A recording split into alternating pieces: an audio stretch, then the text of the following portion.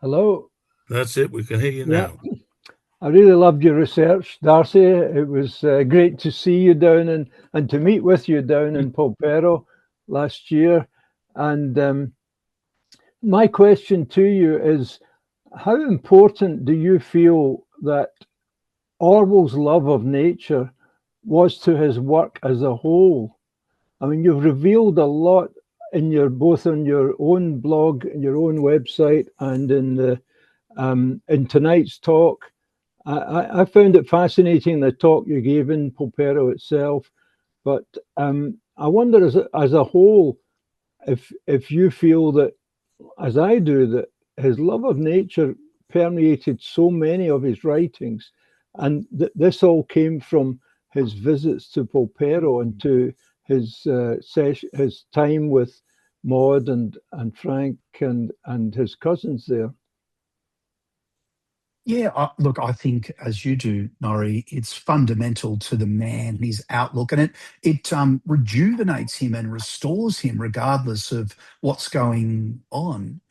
Originally, years ago, I just figured, I guess, along with everybody else, that he got a lot of his knowledge from the time that he spent wandering in Shropshire when he used to go down and stay with the Buddicombe and Aunt Lillian Buddicombe was actually a very knowledgeable person about nature, had written books.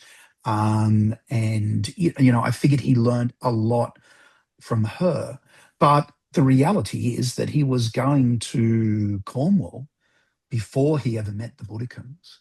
Yeah, And I think he had much longer, prolonged periods of time where he was able to ramble free. But when I discovered that Honor, one of the cousins, um, it was wonderful to discover that I think her grandmother, yeah, her grandmother, strongly knew of the connection between Honor and um, I'm sorry, Maud and Ida. And as a consequence, it's like when families get together and you call someone who you're not related to uncle and aunt, and the kids are like cousins. But, when I then discovered that Honor had a degree that she got in 1924, I went, wow, these people really knew what they were talking about. And he must have gained a huge amount of knowledge as well as the pleasure. So he would have picked it up around Henley on Thames. He would have picked up a lot of things. But I think what makes the difference is just the professional obsessiveness with recording. And there's a lot of other things, an article that I wrote, and also you can find some of Maud's botanical specimens at Kew. So yes, look, I think his love of nature is fundamental to the man, and it's scattered, as you know, all through his writing. yeah, Thanks, Norrie. my pleasure. Richard. Yes, Darcy, a hello, a virtuoso piece of academic research, truly brilliant. Now, when I think of Orwell growing up, I think of Oxfordshire and I think of the Golden Country. And when I think of Cornwall, I think of writers like D.H. Lawrence and Thomas Hardy and Winston Graham and Daphne du Maurier. And when I think of Orwell, that he doesn't write about Cornwall. Why not? Um, how often is Orwell's writing deeply autobiographical? Um, you know, uh, it, It could be uh, a sort of mythological Cornwall, as mm, Oxfordshire became. It became the Golden Country. But Cornwall never mm, did it? mm, It's intriguing mm, that it didn't It's feature a good at point. all. Yeah, it's a good point. Because I scoured his writings to see what I could find about Cornwall, and I mean the letter to Yeah, Runciman is about That's it. about it. But what, I mean, I've often said that, one of the great things about Orwell studies is that we have those 20, maybe you could argue Yeah. 21 volumes. And in that, it's kind of like that's the collected corpus of everything about Orwell. I think my point with this is that there was the exposure to nature, but also when Grigson talks about the parties at Higher Shoot and the kinds of people that were there, and when you read about what Frank wrote, and you see the kinds of lives that they had. I felt that this must have opened his eyes to a whole set of people which he wasn't going to meet through St Cyprian's. He wasn't going to meet through being at Eton. And I just, that's what interested me. So often the research that I'm doing is on the fringe of what we can know, and it's endeavoring to try to, open doors to other research and deeper Mm. knowledge.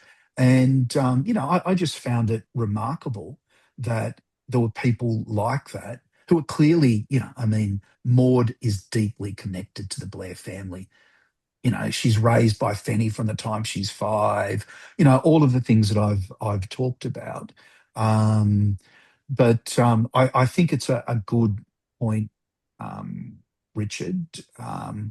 Also, I guess, um, he he doesn't. I can't find any evidence that he was there again after September 1927.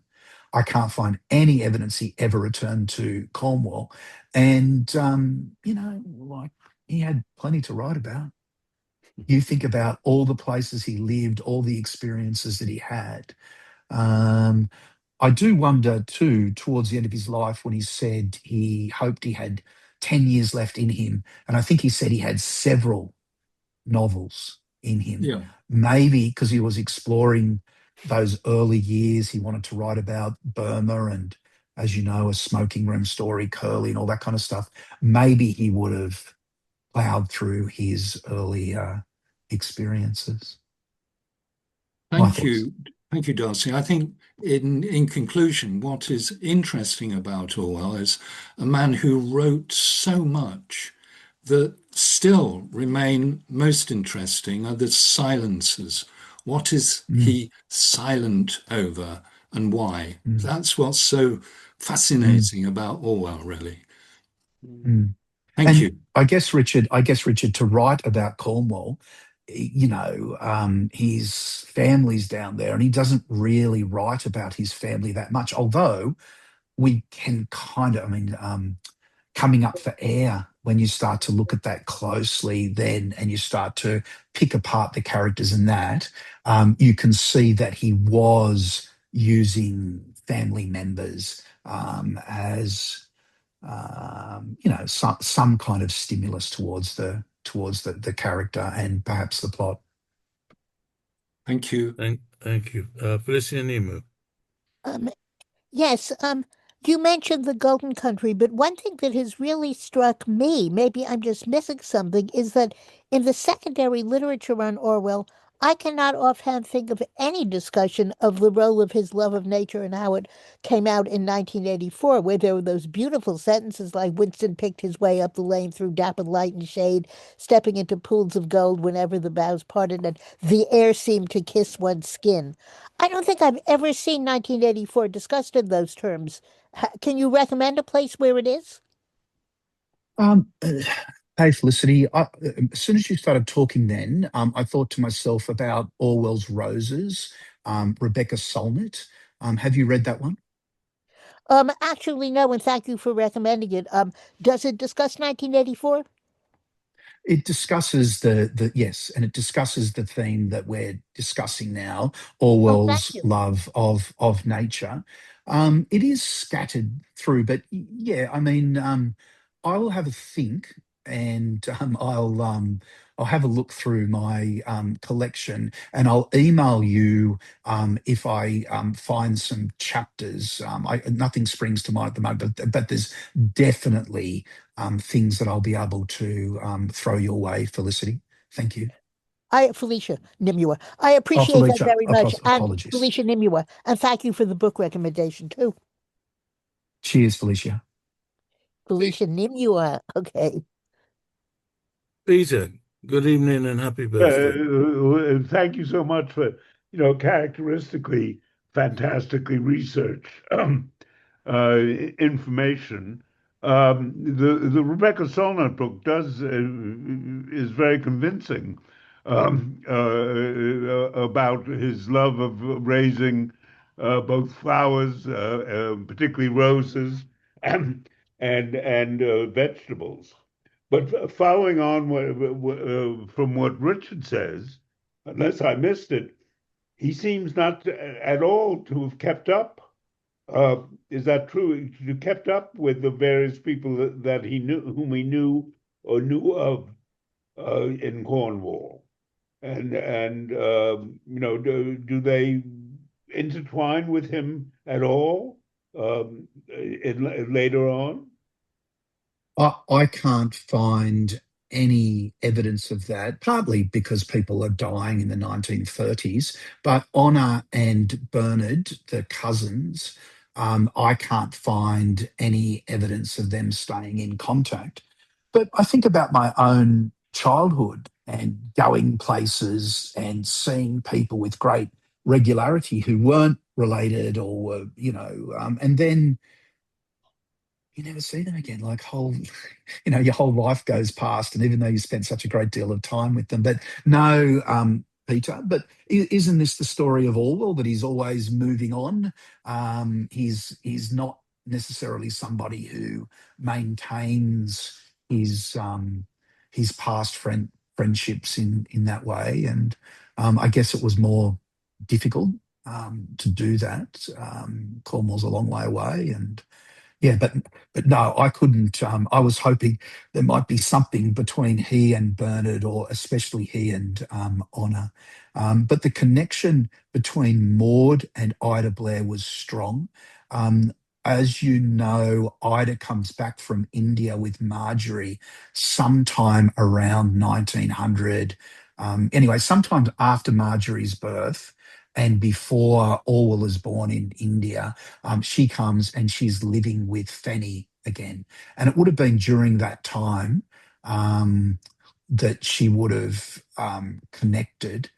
The other thing that I've found is that Richard Blair and so R.W. Blair and also his brother Horatio, when they're on leave from India, they came and stayed in an apartment in Bath that Fanny owned, and that was the apartment. That was the apartment that their brother Arthur died in. So I can find evidence that his brother Horatio came with his wife and stayed there. So, there's some possibility that Ida, in fact, a strong possibility that Ida met Maud when Maud was a girl, as part of, or was a young woman, I should say, as part of the trips back. But certainly Richard, Richard knew Maud because he lived with her, and then he did come back to visit. Thank you. Masha, pleased to see you. Pleased to see everybody too. Well, thank you, Darcy, for your very interesting talk. I might have missed, but and you've already said it.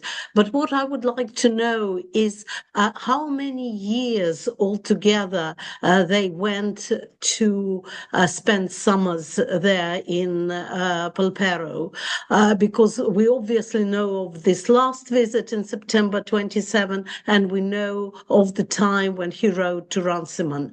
But in his earlier childhood, how often did they go every year? And if so, since when? I'm sorry if you've already covered it. Somehow No, I it's a didn't. good.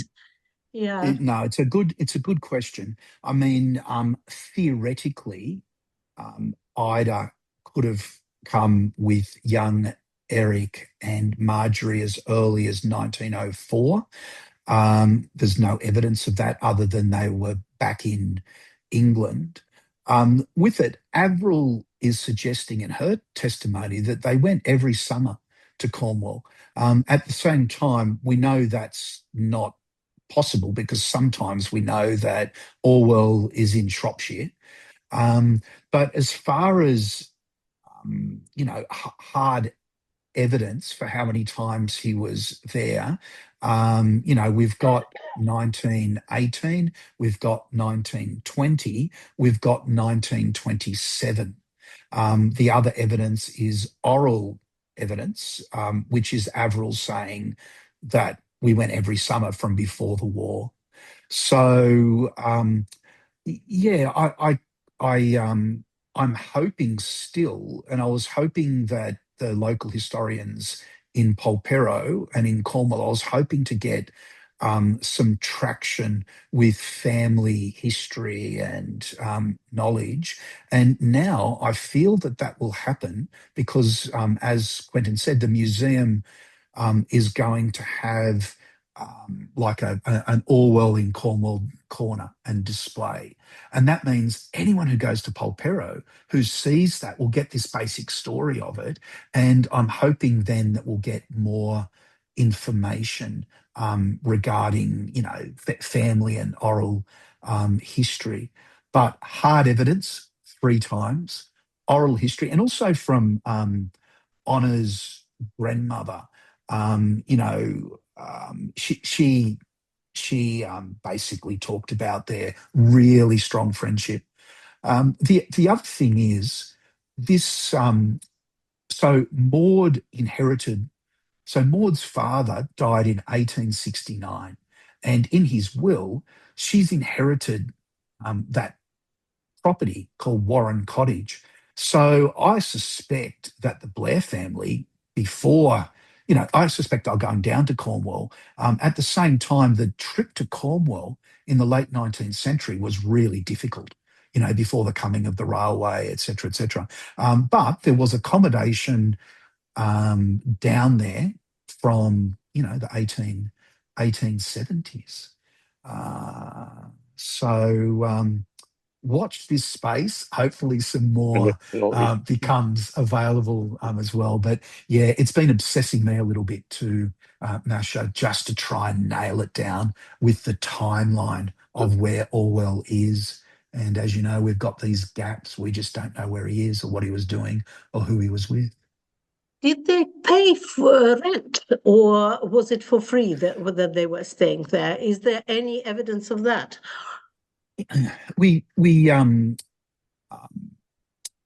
Avril says that they took furnished rooms or an apartment. We know that when the children would stay with the Buddicums, that the family would stump up money and they would pay. So I have no receipts, no rental agreements. It was just this thing about the fog, as you know all too well, the fog of the past and trying to peer into it. But no, I mean, the only hard evidence we have of an address is the Grove Terrace one. The rest of it, I mean, the fact that these parties are mentioned by Grigson at Higher Shoot, it's inconceivable that, that during the summer that Eric's not at Higher Shoot in some way, shape or form. But I think they would have, there's some census data where the house is vacant. And I kind of feel that, it's sort of obvious. It's such a beautiful place. And there was the connection with the family that they must have stayed there. But no, sadly, I don't have concrete evidence about that. Still feeling in the dark a little bit. Thank you. Thank you very much. John, good evening. Good evening. Thank you, Darcy. It does seem likely from what you've told us that his interest in nature was stimulated by those visits and the people he spent time with. But one thing is certain, he got some of that from St. Cyprian's too, because one of the very few positive things he has to say about his time there is about the nature walks he went on with a teacher, which he described as a mix of rare pleasure and stifling restriction. But he was clearly learning quite a lot of that when he was quite young, 9 or 10. And no doubt that's a good point. Yeah. Yeah, I think that's a really good point. Yeah, I think he was a guy who sucked up information wherever he was, and he obviously repeated those walks both as a school teacher and as an individual with his lady friends, particularly in Southwold. I'm finishing, by the way. Sylvia. Yeah, what I found. Sorry, I'd just like to have a little digression before the end, Sylvia, for you to tell everybody about yours and Angela's new book. So don't let us forget. Sorry, carry on, Darcy. Which I have read with great interest. I thought it was really fabulous, and I'd recommend it to everybody. Eileen, in her own words, who knew? So it's very good. Yeah, look, I guess for me, what I found really exciting about this research was that I started to become interested in it. And as I dug more deeply into it, it was so clear that the level of expertise down in Cornwall was just something that he would not have got anywhere else.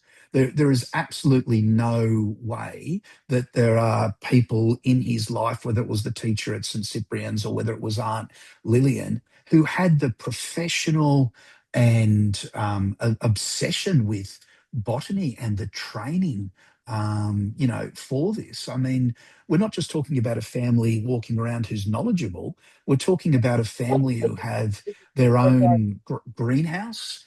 We're talking about a family who are proper scientific researchers, and the amount of time that he spent on in those summers. I mean, even if we can't nail down how many summers, it's across a period which has to be 20 years.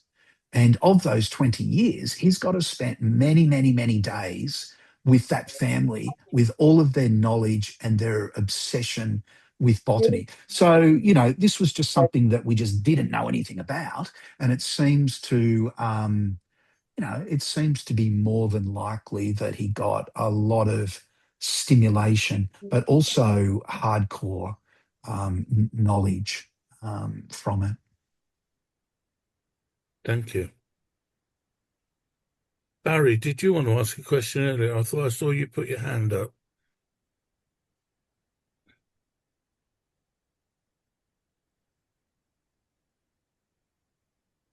No. Okay. Well, Sylvia, please spill the beans. You hear me? Yes. We can. Yes. Okay. Well, it's very exciting. Our book just came out now. Eileen O'Shaughnessy, in her own words. So Angela Smith and I spent quite a few months collecting all the letters we could find. And as you all know, I'm sure Eileen was a wonderful letter writer. So she put so much emotion into her letters. And Angela found a lot from her work at the BBC that most people haven't seen yet. So yeah, I think somebody reviewed it already. Was it? Yes. Oh yeah. Yeah, Les reviewed it. Les, right? Yeah. So thank you, Les. Yeah. Mostly it's the Texas Angela's words, and then I help with the annotations mostly. Too bad she's not with the group. I don't know. Yeah. Does she get invited or? Oh, no, she's a member. She's a member. In fact, Richard and I will be seeing her on Thursday evening. We're having dinner with her. Okay. And I think you mentioned you would have a program at some point with the two of us. Yeah, you're on the list. Don't worry. Yeah. Okay. Thank you. Very good, Masha. Thank you very much, Sylvia. I'm looking forward to reading your book. But I also wanted to ask Martin Tyrrell, if I pronounce your name correctly, because I saw, I think, on Facebook that there is a new book of Martin's also, but I didn't quite understand whether it was already published or it's only going to be published. Can you say a few words about it? Yeah, the book is called From Class War to Cold War, and it will be out, I think April is now the publication date. It was going to be May, but it's been moved forward to April. So it's available from then. So yeah, it will be coming out, and it's basically about Orwell's enduring socialism, the fact that he committed to socialism in 1936 and he persevered with socialism. He was not moving to an anti-socialist position or a conservative position towards the end of his life. Thank you very much. We'll be looking forward to reading it and reviewing it, hopefully in the journal. Thank you. As well as Sylvia's, but that'll be not in the coming edition, but I think the one afterwards, because it's impossible to manage in this edition. But it will be covered, obviously. Thank you. A question. Both Angela and Sylvia will have a George talk, and Martin will have a George talk on these books. I'd like to ask Martin a question. My theory is that a lot of Orwell's change in 1936 to socialism had to do with Eileen's influence, because her family was a socialist family, and she'd been out early before she met Orwell. She'd been out on the street corners making speeches for socialism. So I'm wondering if you added her influence in your book. Alas, no, I wasn't aware of that influence. Certainly, I'll reflect that in any future writings that I do. I hadn't been aware of that. I hadn't been aware that the family was socialist. I'd known a little bit about the family. I think I'd noted to you about Eileen McCaig, who came to one of my talks in Belfast. And Eileen's mother, Eileen McCaig's mother, had known Eileen O'Shaughnessy at school. I'd been a school friend and had gone to stay at the stores as well. But I hadn't known about that socialist connection. So apologies, that will not be in the book. Not very well known. It's just a couple I couldn't track down. When I tried to track down her speeches, they'd been lost in the war with the war archives. So we couldn't really find the actual words she used. That was a nice diversion. Very good. Thank you. Any more questions? Well, could you unmute and thank Darcy for another wonderful presentation, please? Thank you, everyone. I popped the post about Jeffrey Grigson into the chat because it's got a lot more detail about Grigson. And I should say, Quentin, there's a lot of work that needs to be done on Book Lovers Corner at Hampstead Heath. And I won't go into it now, but that is just an amazingly under-researched area of Orwell's life. So thank you so much. I appreciate everyone coming tonight. Really do. Cheers. And next month is the next version of the Symposium on New Works, and Les will be inviting Angela to talk, to be one of those people involved in that, Sylvia. Yes. Well, thank you all very much. Lovely to see you all, and happy and healthy rest of the year. And I hope to see some of you on our events if you're not already signed up for them. Cheers. Thank you. Thank you. Wonderful, wonderful, Darcy. Thanks so much. Thanks, Brilliant. Noreen. Appreciate it. Have a look at my the chat, please. Yeah, Goodbye. I did. I can see that. So good on you. Thank you. Oh, good night, everybody. Good night. Night. All the best.